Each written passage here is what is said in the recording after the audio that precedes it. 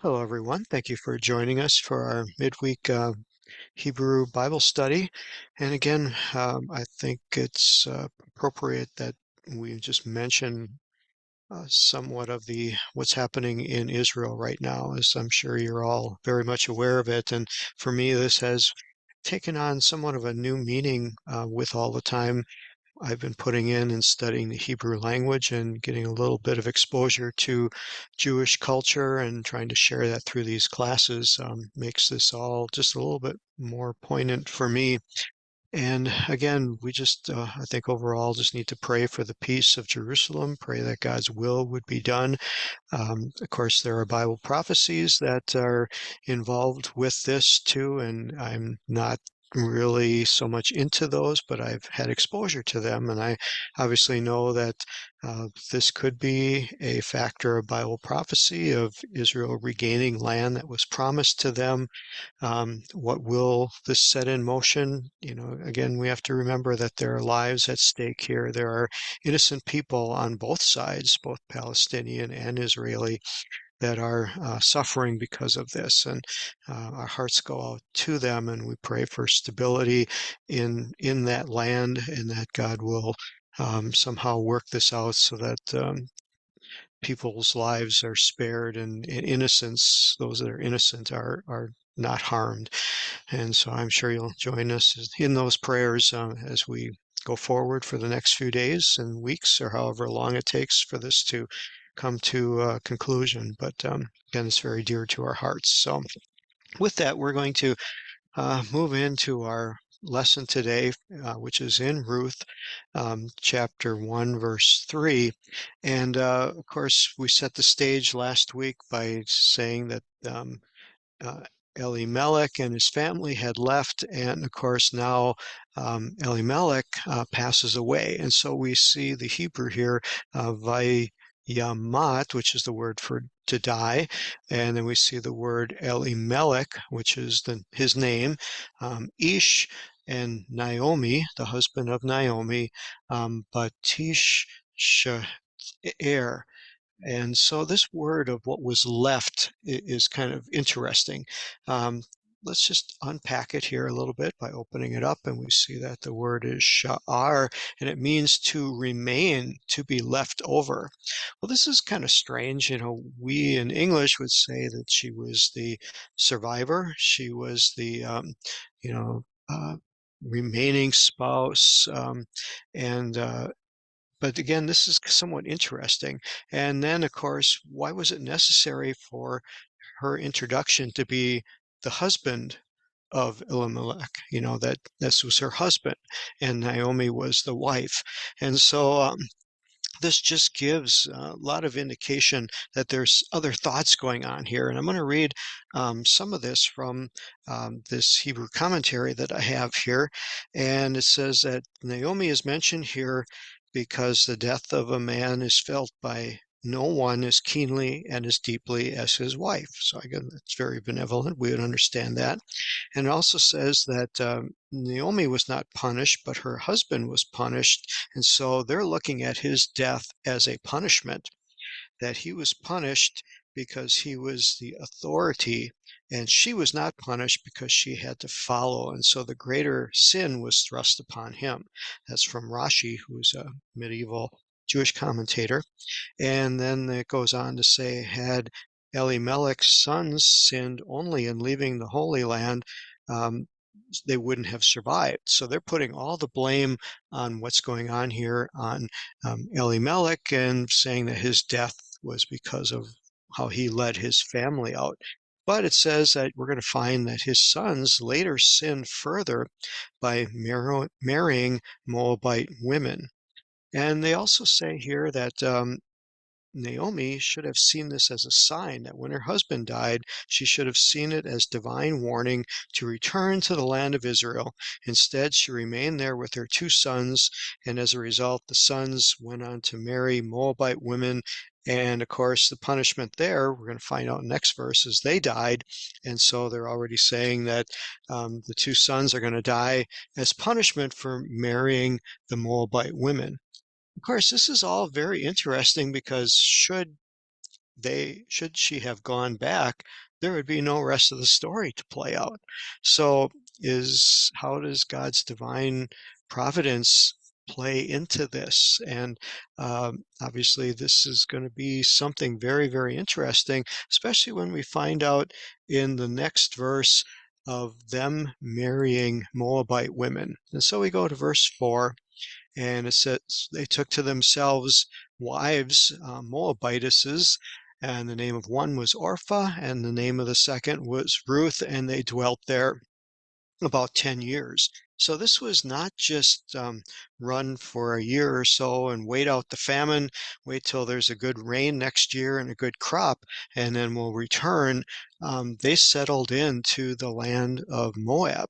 And so there's a lot here too. So what's this thing about the Moabite women? To find out, we have to go to Deuteronomy chapter 23 and go to the third verse. And there's some pretty strong language here. It says, "An Ammonite or Moabite shall not enter into the congregation of the Lord. Even to the 10th generation, they shall not enter into the congregation of the Lord forever." So, again, this is kind of an open-ended comment. There's the 10th generation, but then there is the forever put on to it. And of course, this is a Moabite. And so, why did they do this? It's because when the Israelites came out of Egypt, the Moabites came and they took advantage of them and they harmed them. In fact, they didn't give them bread or water, but they also fought against them. So again, they were cursed and pronounced harsh judgment because they did not show kindness to Israel. But 10th generations, we have a problem here because we know that Ruth is going to be marrying Boaz, and Ruth is going to have a child, and that child's going to be Jesse, and Jesse's going to have a child, and that's going to be David. And so that is less than 10 generations. That is 4 generations, which would eliminate David from having the ability to enter the temple, to enter the house of worship. He would be considered not Jewish. He would be considered still in the line of the Moabites, and this is really, really a problem. So, as we know how the story played out, but how did this work out? How did they get around this? Was Ruth converted to Judaism? That's one option to be pursued. That um, bef- did she get converted? I think we'll see that later on before she left to go with Naomi back to Israel. But was she converted before she was married? Because that causes another problem here, that if she wasn't converted before the sons married her, well, then that was real taboo, and that was not legal, and maybe that is what contributed to their early demise. Some Jewish commentators would say that. But what if she converted beforehand? They were not in Israel.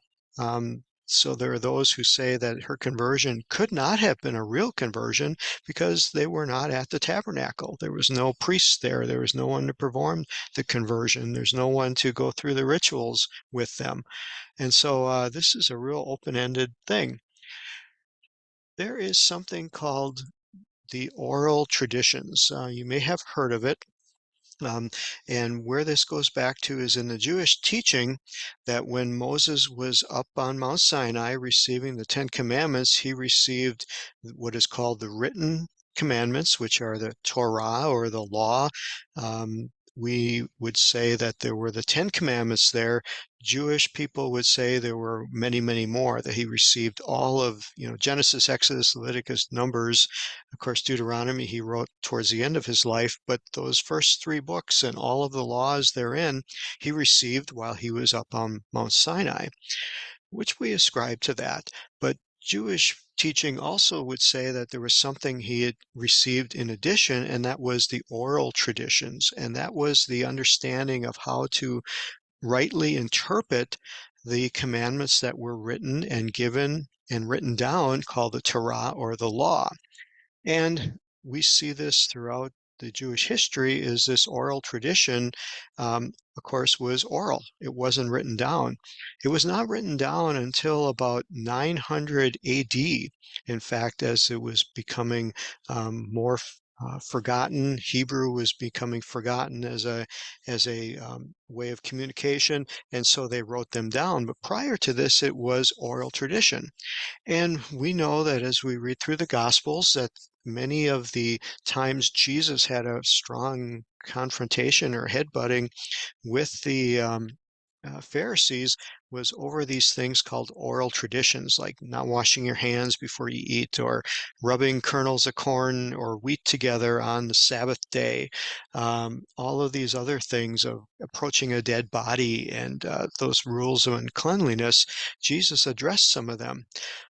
And so we as Christians kind of think, well, all this oral tradition is all, was condemned and was done away with and spoken harshly of by Jesus. But um, there is a lot of the oral tradition that Jesus actually embraced and taught. And I kind of found that as I was reading through. Of course, what you see on your screen right now is a website called Sepharia.org. And in there is just volumes and volumes of Jewish information. This is their go-to site for all of the Torah, the Bible as we know it, all of the things that are written down, but also all of the oral tradition that was copied down later on that in theory, all of the sages and rabbis knew about, and they were consulted on it and practiced it. And so when we go to one of the books of the oral tradition, which is called Yevamot, chapter 76, verse B, and line number 8, it clarifies what has happened here. It says that Ammonite and Moabite converts are prohibited from entering into the congregation and marrying a woman who was born Jewish, and their prohibition is eternal. However, their female counterparts, and even the convert herself, are permitted immediately. So here is the get out of jail free card, if you will, as to how Ruth can be accepted, how David can be accepted, because Ruth was a female Moabite, not a male Moabite. And of course, this also would apply to Rahab in the story of Jericho, where she came down, was saved, and her lineage is also in the lineage of Jesus the Messiah, as is Ruth in the lineage of Jesus. So this is the part that makes it all okay, that they said this was only pertaining to the men. Now, okay, it works, it fits. Obviously, God can do whatever he wants to, but here is a way that the oral tradition fits into the reality of what played out and provides an understanding that allows them to go on. So, with that little bit of interest here, that was really, really kind of cool. Um, so we know that Orpah and Ruth were the two next main characters we're going to talk about. And what's interesting here is to look up what their names mean. We know that the names given here are probably not their birth names, but they're based upon their actions later on. So let's see if that works out with Orpah. So we click on Orpah. We look up that it just says she was a sister of Ruth.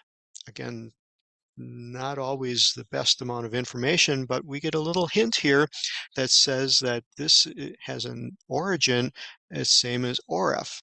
And of course, Oreph here means the back of the neck. And of course, what did Orpah do? Orpah turned away and walked away from Naomi when she was confronted with going back to Israel, that she turned and walked away. And what did Naomi see? She saw the back of her neck. And so the name Orpah is based upon Orpah turning away and walking away from Naomi and showing her the back of her neck. Again, pretty interesting how this fits together and gives us the understanding of the name of Orpah. Well, now we get to Ruth. And what was Ruth's name? If we click on this little icon here, it comes up that Ruth's name was friendship. And it comes from the word ra'ah. So we want to maybe look a little bit deeper to word ra'ah.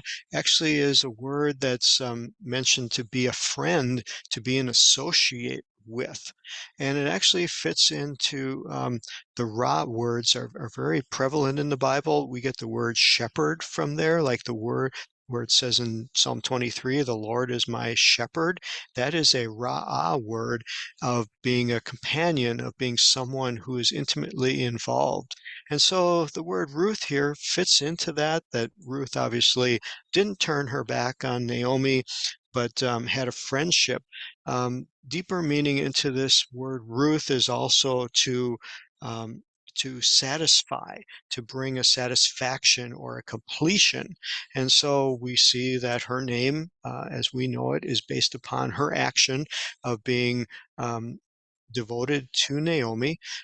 She also, later on, we'll get to the part where it's a very famous saying that she has that's recited at many weddings that, don't let me turn back to leave. Your God will be my God, and your people my people. And I pledge myself to be trustworthy to you. I will be a friend to you. And it's quoted at many weddings from that book of Ruth, from that comment that she made. So we get the understanding here that Ruth did convert to Judaism, at least whatever she was able to do before she left the land of Moab and went back home again. And so her name reflects that. What's interesting here is why it says that they dwelt here 10 years.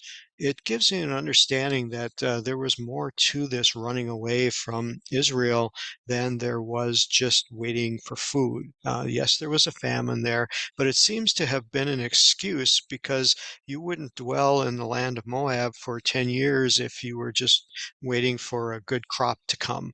Uh, we don't know how long the famine was. We do know that there were famines in the land that lasted many, many years. One of them was during the time of Abraham when he sacrificed Isaac. History says that that famine lasted decades, if not hundreds of years. And so the famine could have lasted a long time, but we see and we know how the story went that after 10 years they were able to go back and everybody was still alive. There wasn't mass loss of life, that they did survive. Um, the Jewish history tells us a little bit more here behind the scenes that because Elimelech was a prominent man, he was well respected in Israel, that he brought that prominence with him to the land of Moab, and that Ruth and Orpah were actually princesses of the king of Moab, whose name was Eglon. And Eglon shows up in the book of Judges, that there was interaction there. And so the tradition says that these two were princesses of Eglon, and it appears that because of that association, their family lived a pretty high life, that they were respected and royalty, and they kind of got that desire to be king, if you will, that was somewhat prophesied as part of their names earlier on. Only they didn't get it in Jerusalem and in Israel, but they got it in Moab. And so that's why they stayed there, is because things were pretty good. They were royalty. It would have been tough for them to separate from their wives and leave them there, because obviously if they were still Moabite women, they couldn't bring them back to Israel. They would have been forced to divorce them because, again, the Israelite rules and laws would not have allowed them to bring these Moabite women back without a conversion. And so when they were princesses and everything was doing great in the country, there was no motivation to leave. And so they left. They did not leave until after the death of their husbands, when the things really started impacting them. And so that sets the stage for next week when we come back and take a look at verse 5 and find out, as I gave you the spoiler alert already, that the two two boys die, and things start taking a different turn. So again, thank you so much for joining us for this study. I hope it's an enjoyment to you. Hope you find some value in the other comments that are brought from the other sources, and realize that there is value in them to enhance our understanding. So God bless you all, and see you next week. Bye-bye.